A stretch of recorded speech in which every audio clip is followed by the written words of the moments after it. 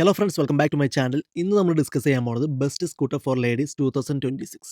2026 sale നടന്ന top 15 സ്കൂട്ടേഴ്സാണ് നമ്മൾ ലിസ്റ്റ് ചെയ്തിരിക്കുന്നത്. ഇതിൽ നിന്ന് ഇലക്ട്രിക്കൽ വണ്ടികൾ ഒഴിവാക്കിയതിന് ശേഷമുള്ള 13 വണ്ടികളും അതിൻ്റെ കൂടെ സീറോ സൂം 125 ഞാൻ ആഡ് ചെയ്തിട്ടുണ്ട്. പൊതുവേ നമ്മൾ ലേഡീസിന് സ്കൂട്ടർ സജസ്റ്റ് ചെയ്യുമ്പോൾ കൺസിഡർ ചെയ്യുന്ന കുറച്ച് കാര്യങ്ങളുണ്ട്. ഞാൻ എൻ്റെ വീട്ടിലെ ലേഡീസ് അടക്കം ഉൾപ്പെടുത്തിയിട്ടാണ് പറയുന്നത്. ആരെയും വേർതിരിച്ച് കാണുന്നതല്ല. അപ്പോൾ നമ്മൾ ആ കാര്യങ്ങൾ എന്തൊക്കെയാണെന്ന് നോക്കിക്കഴിഞ്ഞാൽ, ഒന്ന് വണ്ടിയുടെ വെയിറ്റ്. പാർക്കിങ്ങിനും ബാലൻസിങ്ങിനും അവർ മെയിനായിട്ട് കൺസിഡർ ചെയ്യുന്നൊരു കാര്യമാണ്. അടുത്തതായിട്ട് സീറ്റ്. സീറ്റിൻ്റെ ഹൈറ്റും പിന്നെ അത്യാവശ്യം നല്ല കംഫർട്ടബിൾ ആയിട്ടുള്ള സീറ്റ്. പിന്നെ നല്ല മൈലേജ്, സ്റ്റോറേജ് കപ്പാസിറ്റി, പിന്നെ സസ്പെൻഷൻ, പിന്നെ മെയിൻ്റനൻസും അതുപോലെ തന്നെ അത്യാവശ്യം സർവീസൊക്കെ അവൈലബിൾ ആണെന്നുള്ളതും കൂടി ചെക്ക് ചെയ്യും. ഈ പോയിന്റ്സ് എല്ലാം ഉൾപ്പെടുത്തിക്കൊണ്ട് നമുക്ക് കൺസിഡർ ചെയ്യാൻ പറ്റുന്ന കുറേ കാറ്റഗറീസ് ഉണ്ട്. ഒന്ന് കോളേജ് ഗേൾസ് അല്ലെങ്കിൽ ബിഗിനേഴ്സ്. അടുത്തത് വർക്കിംഗ് വുമൺ. പിന്നെയുള്ളത് ഫാമിലി യൂസ്, കുറച്ചും കൂടി കംഫർട്ടൊക്കെ നോക്കുന്ന. പിന്നെ ഈ 3 കാറ്റഗറിയും ഉൾപ്പെട്ടിട്ടുള്ള ഒന്നാണ് സ്റ്റൈലിഷ് ആൻഡ് മോഡേൺ. അറിയാലോ, അങ്ങനെ ചൂസ് ചെയ്യുന്ന ആൾക്കാരുണ്ട്. പിന്നൊരു കാര്യം പറഞ്ഞോട്ടെ, ഈ ഒരു വീഡിയോ ലേഡീസിന് വേണ്ടി ചെയ്യുന്നതാണെങ്കിലും ജെൻസിനും പരിഗണിക്കാവുന്നതാണ്. കാരണം ഇതിൽ പറയുന്ന കാര്യങ്ങളെല്ലാം തന്നെ 2 പേർക്കും പ്രാധാന്യം കൊടുക്കാൻ പറ്റുന്ന കുറച്ച് കാര്യങ്ങളൊക്കെ ഉണ്ട്. അതുകൊണ്ടാണ്. അതുപോലെ തന്നെ ഈ വീഡിയോയിൽ പറയുന്ന കാര്യങ്ങളെല്ലാം തന്നെ എൻ്റെ പേഴ്സണൽ ആയിട്ടുള്ള ഒപ്പീനിയനാണ്.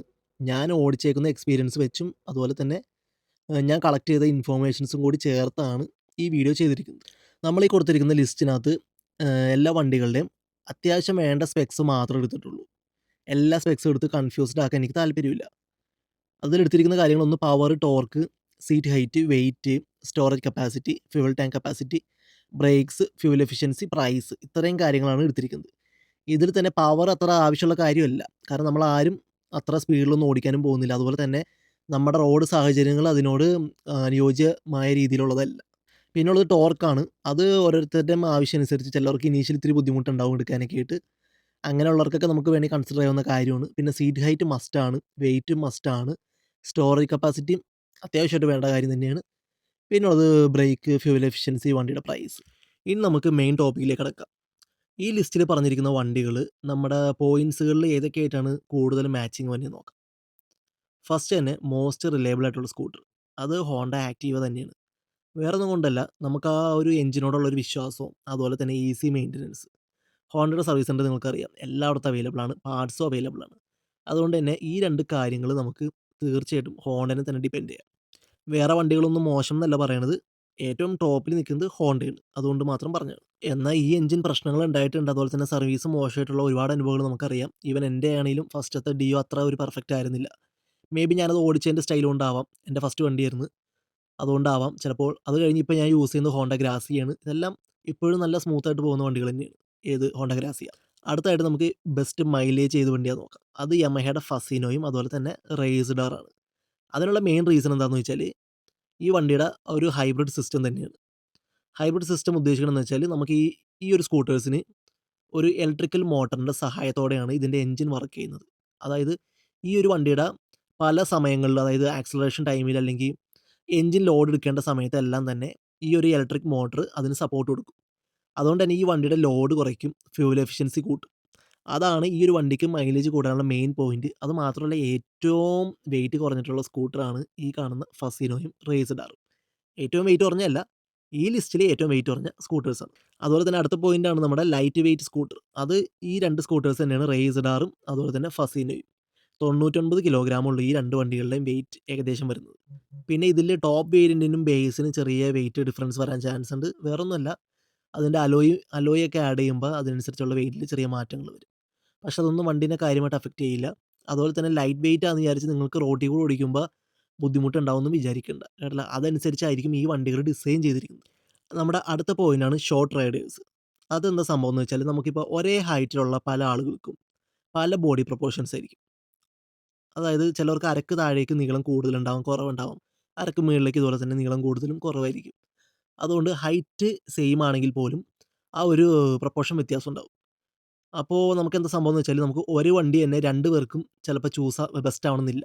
അതനുസരിച്ച് നമുക്കപ്പോൾ ആ ഒരു ഷോർട്ട് റൈഡേഴ്സിനെ നമുക്കൊന്ന് കാറ്റഗറൈസ് ചെയ്യാൻ പറ്റും. അരക്ക് താഴെ ലെങ്ത് കുറവുള്ളവർക്ക് കുറച്ചും കൂടി സീറ്റ് ഹൈറ്റ് കുറവുള്ള വണ്ടിയായിരിക്കും ബെസ്റ്റ്. അങ്ങനെ നോക്കുവാണെങ്കിൽ നമ്മുടെ ഹോണ്ട ഡിയോ 110 ആണ് കുറച്ചുകൂടി യൂസ്ഫുൾ ആയിട്ടുള്ള വണ്ടി. ഇതിൻ്റെ റീസൺസ് നോക്കിക്കഴിഞ്ഞാൽ, വണ്ടിയുടെ ചെറിയ സീറ്റ് ഹൈറ്റും അതുപോലെ തന്നെ സീറ്റ് ഹൈറ്റ് കുറയുമ്പോൾ തന്നെ നമുക്ക് ഹാൻഡ്ലിംഗ് കുറച്ചും കൂടി ഈസി ആവും. നമ്മുടെ അടുത്ത പോയിന്റാണ് സ്റ്റൈലിഷ് ആയിട്ടുള്ള സ്കൂട്ടർ. ഇതിൽ 3 വണ്ടികളാണ് ഞാൻ ഉൾപ്പെടുത്തിയിരിക്കുന്നത്. ഒന്ന് ഫസീനോ, അതുപോലെ തന്നെ എൻടോർക്ക്, പിന്നെ ആക്സസ് 125. ഇത് 3ഉം 125 സിസി സ്കൂട്ടേഴ്സാണ്. അത്യാവശ്യം നല്ല പവർഫുൾ ആയിട്ടുള്ള സ്കൂട്ടേഴ്സ് തന്നെയാണ്. അപ്പോൾ നമുക്ക് നോക്കുവാണെങ്കിൽ ഫസീനോ കുറച്ചും കൂടി ഒരു ഗേളി ലുക്കാണത്. അതുപോലെ തന്നെ എൻടോർക്ക് ആണെങ്കിൽ കുറച്ചും കൂടി ഒരു അഗ്രസീവ് സ്റ്റൈലാണ്. പിന്നെ ആക്സസ് ആണെങ്കിൽ കുറച്ചും കൂടി റെട്രോ സ്റ്റൈലാണ് കൊടുത്തിരിക്കുന്നത്. നമ്മുടെ അടുത്ത പോയിന്റാണ് പെർഫോമൻസ്. ഇതിൽ വേറൊരു വണ്ടിയില്ല. എൻടോർക്ക് 125 മാത്രമേ ഉള്ളൂ. കാരണം ഈ ഒരു ലിസ്റ്റിനകത്ത് ഏറ്റവും പവർഫുൾ ആയിട്ടുള്ള എഞ്ചിൻ എൻടോർക്ക് 125യുടെ. അത് ഓടിച്ചവർക്ക് അത് ഫീൽ ചെയ്യും.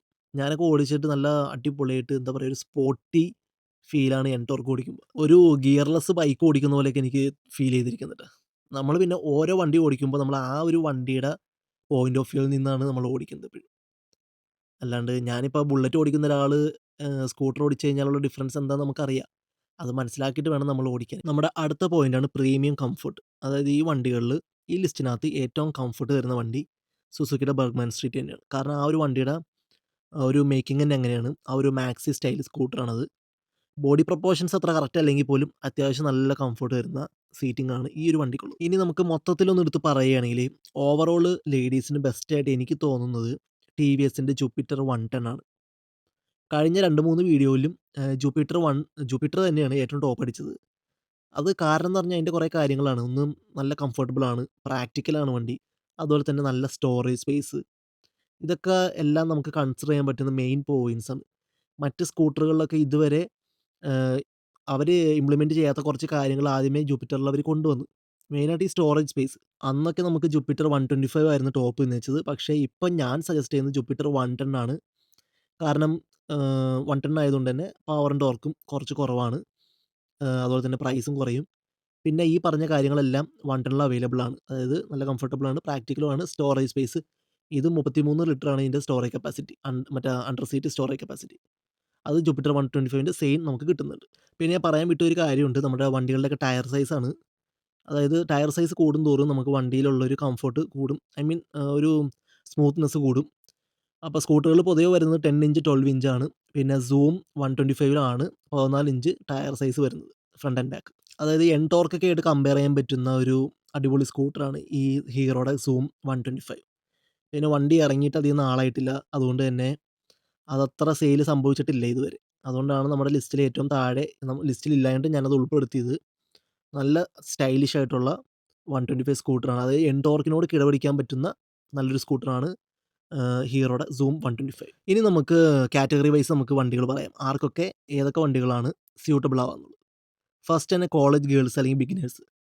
ഇവർക്ക് കുറച്ചും കൂടി കംഫർട്ടബിൾ ആവുന്ന വണ്ടികളാണ് ഹോണ്ട ഡിയോ 110, അതുപോലെ തന്നെ യമഹ റേസഡർ 125, പിന്നെ യമഹയുടെ ഫസീനോ 125. കാരണം എന്ന് വെച്ചാൽ ഈ വണ്ടികളുടെയൊക്കെ ഒരു ഞാൻ പറഞ്ഞു സീറ്റ് ഹൈറ്റ് കുറവാണ്, ഹാൻഡിൽ ചെയ്യാൻ ഈസിയാണ് ഹോണ്ട ഡിയോ. അതുപോലെ തന്നെ അത്യാവശ്യം ഫ്യൂൽ എഫിഷ്യൻസി ഉണ്ട്. പിന്നെ യമഹ റേസഡാറും ഫസീനോയും നോക്കുവാണെങ്കിലും വെയിറ്റ് വളരെ കുറവാണ്. അതുകൊണ്ട് തന്നെ ബിഗിനേഴ്സിനൊക്കെ ബാലൻസ് ചെയ്യാനൊക്കെ എളുപ്പമായിരിക്കും.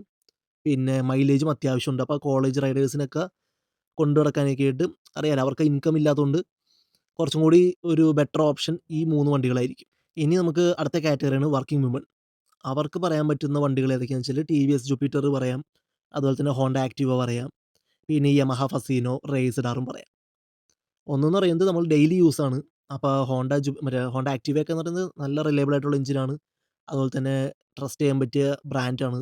സർവീസ് അവൈലബിലിറ്റി എല്ലായിടത്തും ഉണ്ട്. പിന്നുള്ളത് ടി വി എസ് ജൂപ്പിറ്റർ 110 ആണ്. നല്ല ഫീച്ചേഴ്സ് ഉള്ളൊരു വണ്ടിയാണ്. അപ്പോൾ ഡെയിലി യാത്ര ചെയ്യുന്നവർക്ക് അങ്ങോട്ടും ഇങ്ങോട്ടും പോകുന്നവർക്കൊക്കെ നമുക്ക് എന്താ പറയാ സ്റ്റോറേജ് കപ്പാസിറ്റി ഉണ്ട്. നല്ല സീറ്റിംഗ് ആണ്. നല്ല വീതിയുള്ള സീറ്റിംഗ് ആണ്. എനിക്ക് തോന്നുന്നു ഈ ലിസ്റ്റിലെ ഏറ്റവും വീതിയുള്ള സീറ്റ്, നീളം കൂടിയ സീറ്റും നമ്മുടെ ജൂപ്പിറ്ററിൻ്റെയാണ്. ജൂപ്പിറ്റർ 110ഉം അതുപോലെ തന്നെ 125ഉം. പിന്നെ ഫസീനോയും റേസഡാറും പറയാൻ കാരണം എന്ന് വെച്ചാൽ വണ്ടിയുടെ മൈലേജ് തന്നെയാണ്. അപ്പോൾ ഡെയിലി കമ്മ്യൂട്ടിങ്ങിന് മൈലേജ് കൺസിഡർ ചെയ്യാൻ പറ്റുന്ന ഒരു നല്ലൊരു ഫാക്ടറാണ്. പിന്നെ ഒരു ഫാമിലി യൂസും കംഫർട്ടൊക്കെ നോക്കുവാണെങ്കിൽ നമുക്ക് സജസ്റ്റ് ചെയ്യാൻ പറ്റുന്ന ഏറ്റവും ബെസ്റ്റ് ഓപ്ഷനാണ് ടി വി എസ് ജൂപ്പിറ്റർ 125. അതിൻ്റെ റീസൺസ് എന്തൊക്കെയാണെന്ന് വെച്ചാൽ 125 I mean T V S Jupiter 125 നമ്മൾ പണ്ടൊക്കെ പറയാറുള്ള പോലെ തന്നെ ഏറ്റവും ഏറ്റവും ഫാമിലിക്ക് പറ്റിയൊരു സ്കൂട്ടറാണ്. മെയിനായിട്ട് അതിൻ്റെ സ്റ്റോറേജ് സ്പേസ്. അത് വീണ്ടും വീണ്ടും ഞാൻ എടുത്തെടുത്ത് പറയുന്നു. ഈ സ്റ്റോറേജ് സ്പേസ് വരാൻ കാരണം എന്ന് വെച്ചാൽ പണ്ട് നമ്മുടെ സീറ്റിൻ്റെ അടിയിലായിരുന്നു ഫ്യൂൽ ടാങ്ക്. ഈ ഫ്യൂൽ ടാങ്ക് അവരവിടുന്ന് മാറ്റി നമ്മുടെ കാല് വെക്കുന്ന ഫുട് ബോർഡില്ലേ, ഫുട് ബോർഡിൻ്റെ അടിയിലേക്ക് കയറ്റി.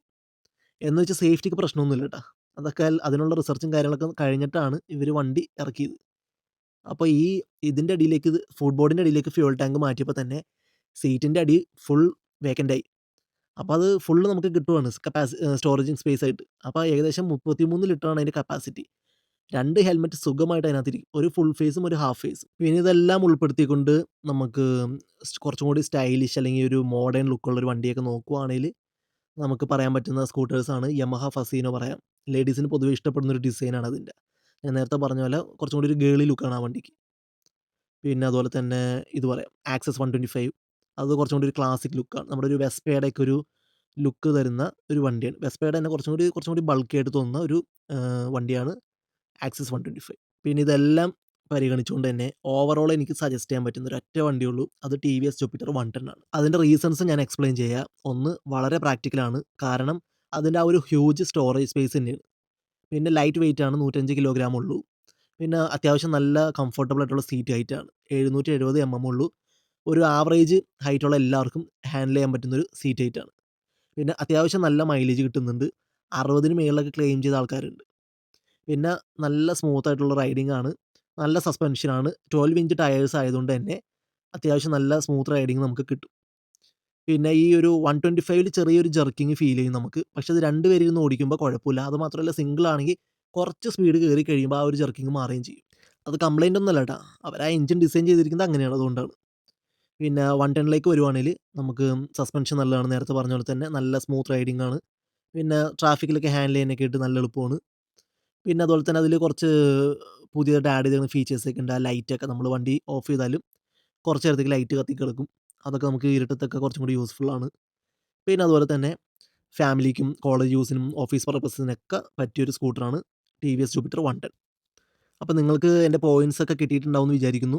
ഇനി നിങ്ങൾ നോക്കേണ്ട കുറച്ച് കാര്യങ്ങളുണ്ട്. എന്തൊക്കെയാണെന്ന് വെച്ചാൽ ഞാൻ ഈ പറഞ്ഞ ലിസ്റ്റിലുള്ള വണ്ടികൾ അല്ലെങ്കിൽ നിങ്ങളുടെ ലിസ്റ്റിലുള്ള വണ്ടികൾ നിങ്ങളൊന്ന് ഷോർട്ട് ലിസ്റ്റ് ചെയ്യുക. ഓക്കെ. ഒരു 4, 5 വണ്ടികൾ നിങ്ങൾ എടുക്കുക.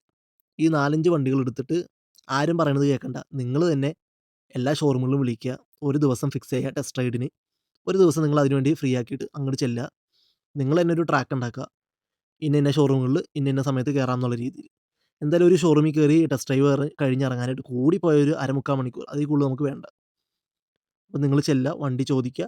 ഒരു 10 15 മിനിറ്റ് മാക്സിമം വണ്ടി ഓടിക്കാൻ അവരോട് ചോദിക്കണം. ചോദിച്ചിട്ട് നിങ്ങൾ വണ്ടി എടുത്ത് ഓടിക്കുക. നിങ്ങൾ ഒരൊറ്റ ദിവസം തന്നെ ഈ നിങ്ങളുടെ ഷോർട്ട് ലിസ്റ്റിലുള്ള 4, 5 വണ്ടികൾ കവർ ചെയ്യുവാണെങ്കിൽ നിങ്ങൾക്ക് അതിൽ നിന്ന് ഏതാണ് നിങ്ങളുടെ ബെസ്റ്റ് വണ്ടി എന്ന് ചൂസ് ചെയ്യാൻ പറ്റും. കാരണം നമ്മളൊന്ന് ഓടിച്ചാൽ മാത്രമേ നമുക്കത് പറയാൻ പറ്റുള്ളൂ. ഫാമിലി യൂസിന് ഓടിക്കാൻ പ്ലാൻ ചെയ്യുന്ന വണ്ടികളാണെങ്കിൽ നിങ്ങളുടെ കൂടെ ഒരാളും കൂടി പില്ലിയൺ റൈഡർ ആയിട്ടുണ്ടെങ്കിൽ കറക്റ്റ് നിങ്ങൾക്കത് അനലൈസ് ചെയ്യാൻ പറ്റും. നിങ്ങൾക്കത് പറ്റുമോ എന്നുള്ളത്. ഒന്ന് ഈ സീറ്റ് ഹൈറ്റും കാര്യങ്ങളൊക്കെയാണ് നിങ്ങൾക്ക് ആ വണ്ടി നിർത്തി കഴിഞ്ഞാൽ ബാലൻസ് ചെയ്യാൻ പറ്റുമോ? ഇന്ന കാര്യങ്ങളൊക്കെ നിങ്ങൾക്ക് ഉറപ്പിക്കാം. ഓക്കെ. അപ്പോൾ ഞാൻ പറഞ്ഞ പോലെ തന്നെ എല്ലാ വണ്ടികളും ഷോർട്ട് ലിസ്റ്റ് ചെയ്യുക. വണ്ടി ഓടിച്ച് നോക്കുക. ഒറ്റ ദിവസം തന്നെ എല്ലാ വണ്ടികളും ഓടിക്കുക. അപ്പോൾ നിങ്ങൾക്ക് കറക്റ്റ് മനസ്സിലാവും. എന്നിട്ട് നിങ്ങളുടെ ബെസ്റ്റ് ഏതാണെന്ന് വെച്ചാൽ ചൂസ് ചെയ്തെടുക്കുക. ഓക്കെ. പിന്നെ സർവീസും കാര്യങ്ങളൊക്കെ ആദ്യമേ നിങ്ങൾ അറിഞ്ഞു വെക്കണം കേട്ടോ. അവൈലബിലിറ്റിയും കാര്യങ്ങളൊക്കെ. എന്തെങ്കിലും ഡൗട്ട് ഉണ്ടെങ്കിൽ കമന്റ് ബോക്സിൽ വരാം. എല്ലാവർക്കും ഞാൻ റിപ്ലൈ തരുന്നതാണ്.